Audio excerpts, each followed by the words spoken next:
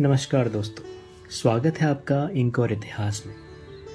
परंपरा से विचार तक, यहाँ हम इतिहास और परंपराओं को केवल जानते नहीं, उन्हें समझने की कोशिश करते हैं। आज हम बात करेंगे होलिका दहन की, जो केवल एक त्योहार नहीं बल्कि एक विचार है।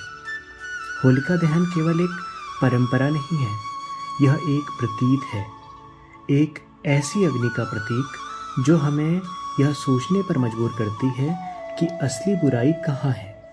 पुराणों में वर्णित कथा के अनुसार प्रहलाद की अटूट भक्ति और होलिका के अहंकार का अंत यह संदेश देता है कि सत्य और विश्वास अंततः विजयी होते हैं। भागवत पुराण में इस प्रसंग का उल्लेख मिलता है, जहाँ यह घटना नैतिक चेतना का प्रतीक बनकर सामने आती है।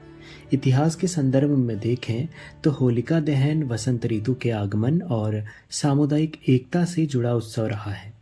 कृषि आधारित समाज में इसे शुद्धिकरण और नए आरंभ का संकेत माना गया। यानी यह केवल अग्नि नहीं है बल्कि एक सामूहिक संकल्प है।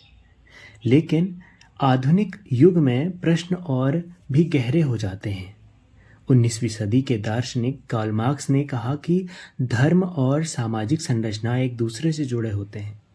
यह दृष्टि से होलिका दहन गहन व्यक्तित्व आस्था का विषय नहीं बल्कि समाज की स्थितियों को समझने का अवसर भी हो सकता है। आध्यात्म हमें भीतर झांकने को कहता है और दर्शन हमें बाहर देखने को प्रेरित करता है। यदि हमारे भीतर अहंकार, क्रोध और ईर्ष्या है तो इसे जलाना आवश्यक है, और यदि समाज में असमानता, शोषण और भेदभाव है तो उसे पहचानना भी उतना ही आवश्यक है। शायद सच्चा होलिका दहन वही है जहां व्यक्ति और समाज दोनों स्तरों पर परिवर्तन का संकल्प लिया जाए।